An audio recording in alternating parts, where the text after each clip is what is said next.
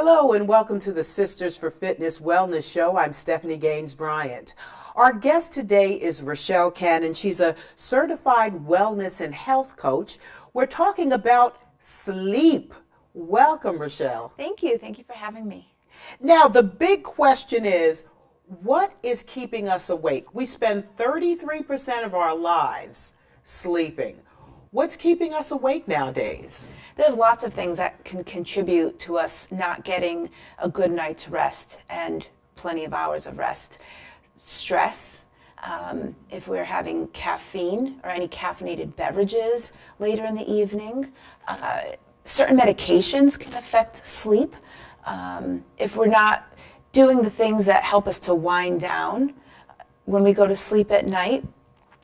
So turning off the electronics, dimming the light, creating a cool environment. Other things can be if you're exercising within a couple hours of bedtime, that's something else, because exercise gives us energy. So if we're exercising too close to bedtime, that can also keep us awake. Well, how much sleep should we be getting? Should we be getting 4 hours? Should we be getting 8 hours? How much sleep is enough sleep? Sure. In general, 7 to 8 hours for an adult, and that can be age 18 to 64, age frame. In general, adults as we get older require less. Teenagers need more, closer to 9 hours, and of course, children and infants need less. But in general, 6 to 7, but up to 8 or 9. If you're sleeping 6 hours and you still wake up feeling tired, are you getting a good night's sleep? What is a good night's sleep? Sure. So a good night's sleep is if there's no interruptions, minimal movement. It's normal to shift positions when we sleep at night. And then if we wake up, feeling a little bit groggy, that can be normal. But in general, how our appetite is, how our mood is, those different things can be a reflection of how well we've slept the night before, our ability to think clearly. So we know we've gotten a good night's rest if we have a better mood, we're interacting with people better. A lot of the biggest craze now is the fitness trackers that also track your sleep. So that's another good tool to help you to kind of gauge and see what your sleep is like. Because we don't sleep in a deep sleep for 6 hours straight. Our body goes in different stages or cycles. So they're like about 90-minute cycles that our body goes through. So is there a particular cycle that we should be in more than another cycle? It's nothing that we can control. The human body is very smart, so it knows. So, you've got 3 stages before what we call the REM, which is the rapid eye movement. So after our body gets into like the 3rd stage, which is that, deep sleep, our brain waves, there's large, deep brain waves. It kind of cycles back and forth between that and REM. Okay. When you have children and you're trying to teach them how to get a good night's sleep or making sure that they get enough rest, what should we be thinking about as parents? Doing perhaps what maybe has been done for us when we were kids, and that's getting into comfortable pajamas, having the room cool, reading a book together. So not playtime up until the time it's time to go to sleep, but doing a relaxing activity together. And reading a book is one of the best things that creates that bond time, but a habit, and gets the children or child to understand, okay, this is the downtime, I'm going to read and relax. That sounds good. Now I want you to read me to help me sleep. There's a lot of research out now that talks about some of the things that can happen if you don't get a good night's sleep, if you're not proactive in making sure you get enough rest, because it appears now, or research shows that it's just as important now, that sleep time, is your wake time. What are some of those things, including weight gain? Great question. So I brought some information to share with you. So some of the things, when we don't get a good night's rest, it can affect our heart health, blood sugar, and like you mentioned, the obesity. So heart health, it can, if you're not getting good sleep and you have a chronic condition, your heart rate and blood pressure, it actually dips during sleep, which is good because that's going to help us to lower stress and improve our heart health. But if we're not getting enough sleep, we're not giving our body enough time to do that dip that the heart needs, and the blood pressure as well. Blood sugar, during the night, your body's actually working to regulate the blood sugars in your body. And so if you skip certain sleep cycles by not getting good rest, your body doesn't do what it needs to do to regulate the blood sugar. And then the appetite control. Many studies show that having a good amount of sleep can actually help you with good appetite control. So really, how does that work? So if we're forcing our body to stay awake when it really wants to rest, naturally our body wants to find sources of energy to stay awake because we're fighting its natural sleep. So we tend to eat because food gives us energy. So the later we stay up, the more we tend to eat, because we're just trying to give our body that energy. We're sending a signal back to our brain saying, nope, I'm not going to let you sleep. I want to stay awake. So the quickest form of energy to help us stay awake and fight the natural sleep is to eat, particularly carbohydrates. So in other words, that late night visit to the refrigerator for a cup of ice cream, a cup of Ben & Jerry's. Sure, right. And so that is not necessarily a lack of self-control. It's more that the human body is smart. And so if you're telling it, hey, we want to stay awake, it's going to send a signal back to you that says, okay, we need something that's going to give us a quick boost of energy. So your, what we call simple carbohydrates, are the things that are going to give us that quick boost of energy to help us to force us to stay awake. So your sugars, whether that's ice cream or candy, or carbohydrates such as crackers and popcorn, things that crunch and we can easily eat lots of. But again, that's because our body is like, all right, well, you want to stay awake? We need some energy, so let's eat. What's the connection between sleep and chronic diseases? So there's a few different things. I just mentioned the heart health, the blood sugar, and also the obesity. But for some people, when they have chronic conditions, or if you engage in certain habits such as tobacco use, things like nicotine or decongestants, some chronic conditions require that you take steroids or beta blockers. Those types of things can affect our sleep. In different medications.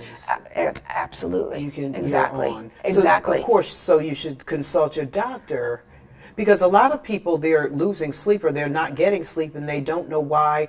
They've been doing everything that they've always done, and suddenly they find themselves unable to sleep, and it may be a medication. Correct. That you're on. Correct. And that's why it's really important to try to keep a sleep diary. If you're noticing that you're not getting good sleep, keep a sleep diary.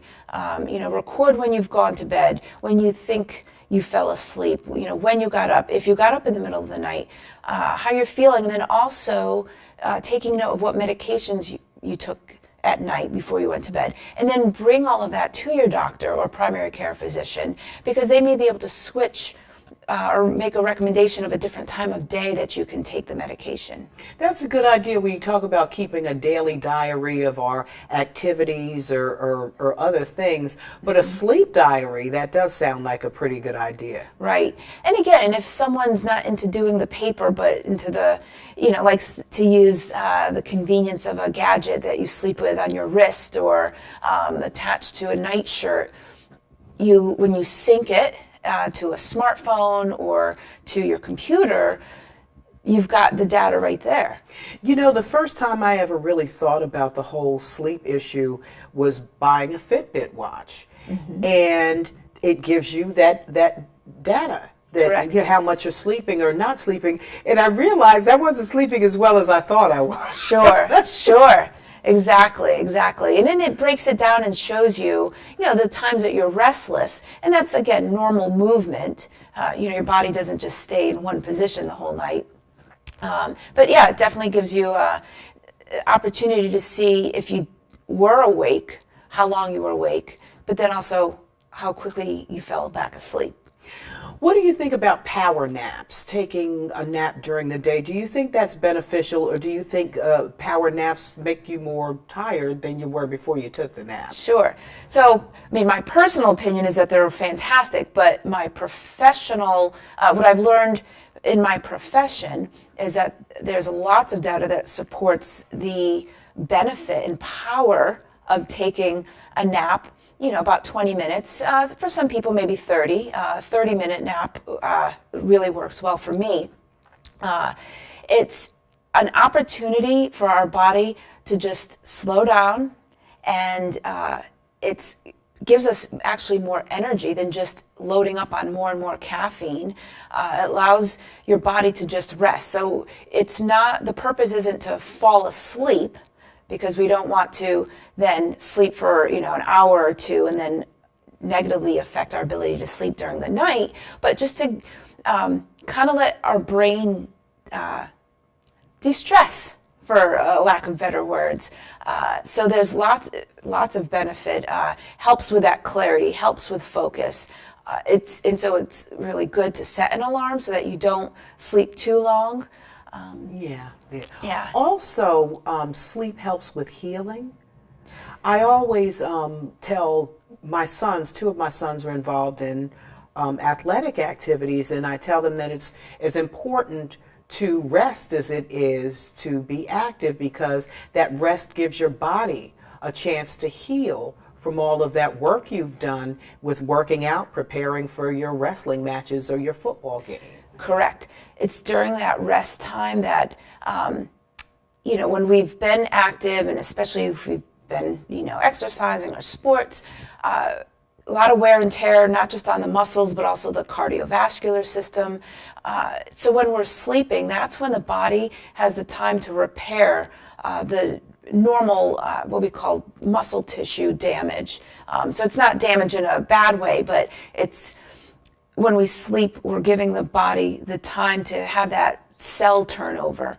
And that's when growth of new cells and new tissue occurs when we're sleeping.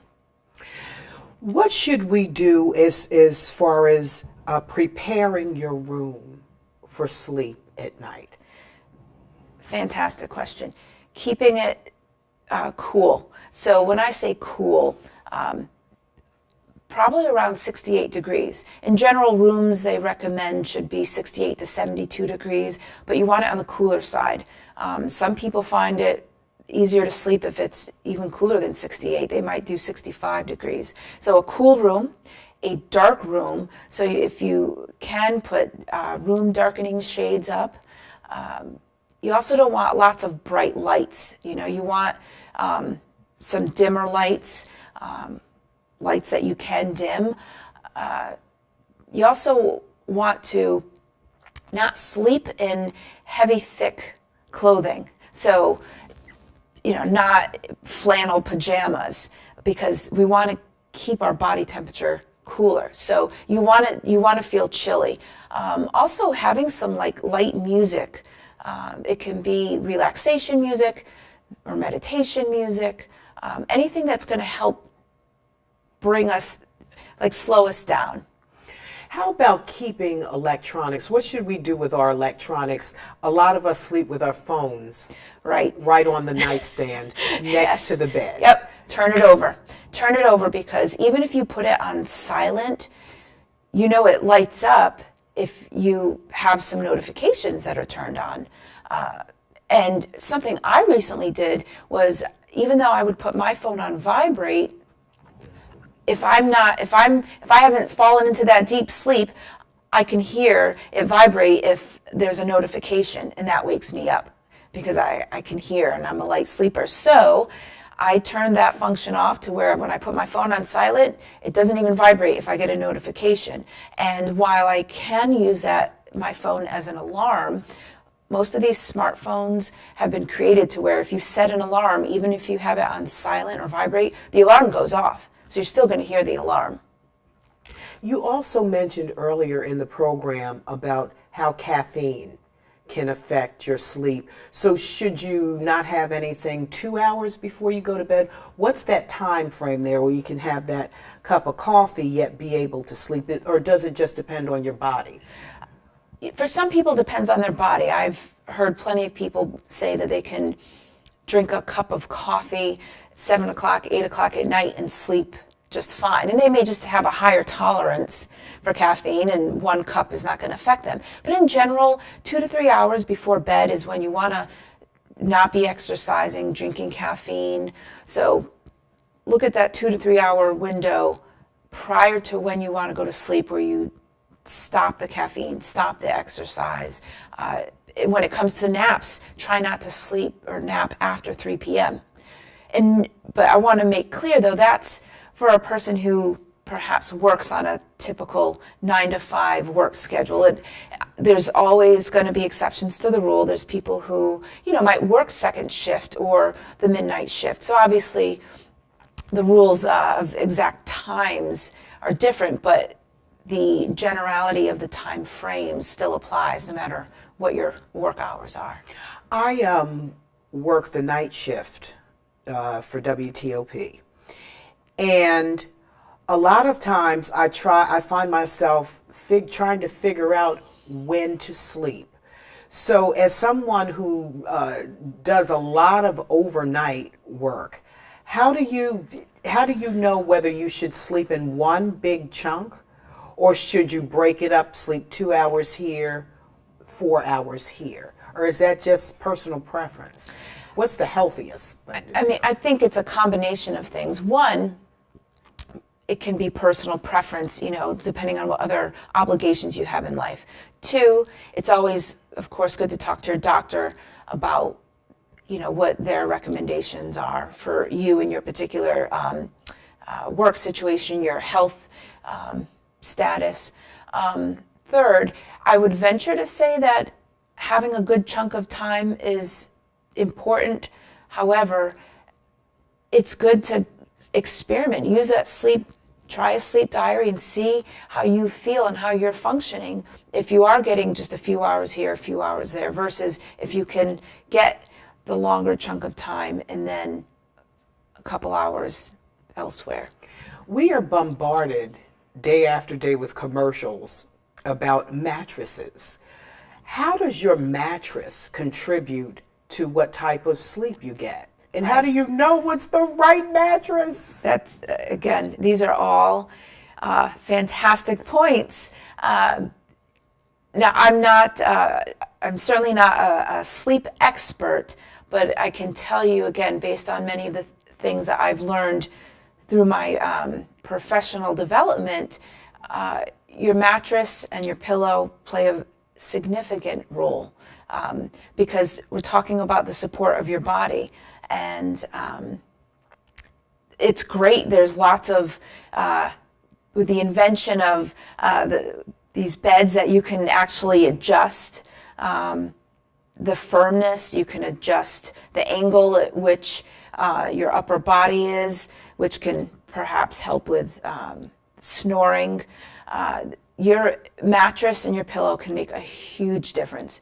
The comfort is key, and the support of where it is on your body is important. Now, not everybody may be able to afford a bed where you can electronically adjust.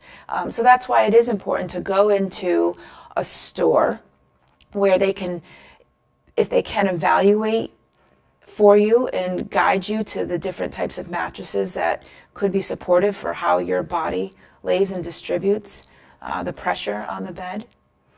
What does it mean? Because you just mentioned snoring. What does it mean when you're snoring? Is that a good thing? Is that a bad thing? You know, I'll say it's not necessarily good or bad. It's just that our bodies just react differently to how our nose, you know, the passages in our noses are constructed, weight, you know, many times weight can contribute to the snoring. Sometimes it doesn't. Again, it can be a structural issue. What we want to be aware of is when it comes to that snoring, if there's someone else in the house or in the room with you who can actually hear any moments where it sounds like you've stopped breathing, that's where it's critical and important to get evaluated to make sure that you're not encountering a sleep disorder. So what are some of the sleep disorders that a person can have? Another great question. So I've got some information. So you've got insomnia, where you can't really sleep. Sleep apnea, so that pertains to, you know, when a person actually stops breathing for a little bit of time. Another type of common sleep disorder is restless leg syndrome. So when we've got some impairments, we'll say, to the flow of blood to our legs, that's something that, just like the name says, you know, uncontrollable movement of your legs. They're restless during the night, you know, moving and shaking. Narcolepsy, where at any given point in time you could just fall asleep. You know, you could have had 8 hours of sleep, but during the day you just can't control, you know, when you sleep. There's also something called chronic insufficient sleep. You've got circadian rhythm abnormalities. So again, that's your circadian rhythm is, you know, in your brain. And sleepwalking, sleep paralysis, and night terrors. So there's lots of different things here. So sleepwalking, you know, you walking in the middle of the night. I remember as a kid, a lot of times in movies they'd have sleepwalkers, and you wonder, is that real? Do people really suffer from sleepwalking? Yeah, there are some people who do. Absolutely. Wow. Absolutely. So again, all of these things, and so if anyone ever suspects that they might have a sleeping disorder, again, number one rule of thumb, you go and speak to your doctor about it. It's interesting nowadays, there's so much more of a focus on sleeping and making sure you get a good night's sleep. The things you hear a whole bunch about, the whole sleep apnea thing and making sure that you're sleeping well. How do you know if, because my husband, for example, is a snorer. So how do you know that that's just not, that it's okay, that he's not stopping too many times during the night? That the breathing pattern isn't changing too often? Sure. Well, so if that's a concern, that's where it's beneficial to actually go and have a sleep study where you do spend the night at, you know, the hospital or wherever they do the sleep study in your local area. And they monitor you and they, you know, hook you up with different forms of testing to watch through the night. Well, what do you think about sleep aids? Whether it's something that you can get at the drugstore or whether it's some natural remedy. Sure. Do you think they can be beneficial? They certainly can.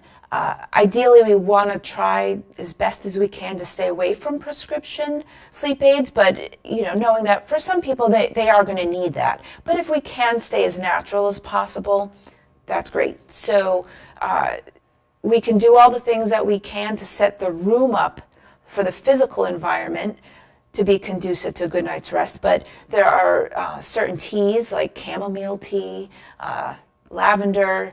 So certain tea is known to help relax the body and the mind.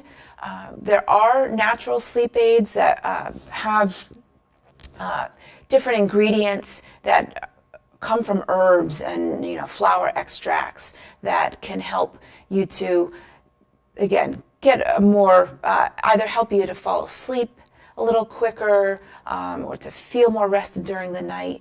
But as always, even if you were to go and get an over-the-counter natural sleep aid, it's really important to talk to your doctor about it, because even though it may be natural, we don't know how it's going to interact with any other medications that we may be on. That's an excellent point. You never know how these herbal remedies are going to interact with what you're currently taking. Right. Also, there's a question of just how much of whatever ingredients are in these natural remedies. We don't know. Right. So one might be more potent than another. You just never quite know Correct. what Right. you're taking. Right, because they're not regulated by the FDA. They're not required to be regulated by the Food and Drug Administration. So there, can be some numbers on the box, but that's where, again, communicate with your doctor. Even a registered dietitian is someone who is an excellent resource to talk about with those things. In wrapping up our discussion, again, some of the recommendations you had are creating a good sleep space. Correct. Good sleep space.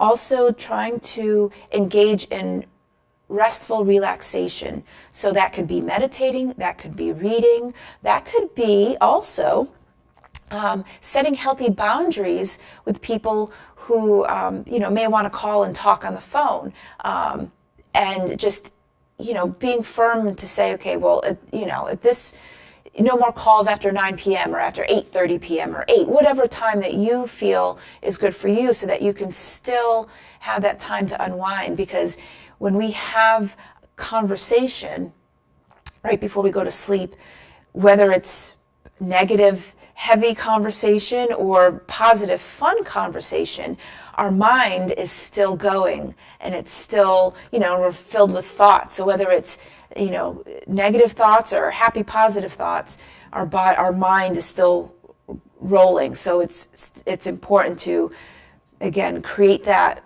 cushion of space where you not just disengage from the electronics, but perhaps from intense conversation. Sounds very good. Thank you so much for joining us today. We've been talking about something that we do a lot of, but don't talk a lot about: sleep. Yes. We've been talking to Rachelle Cannon. She's a certified wellness and health coach. Thank you so much for joining us. Thank you so much for having me. I've enjoyed this. And thank you for watching the Sisters for Fitness Wellness Show. I'm Stephanie Gaines Bryant. Have a great day.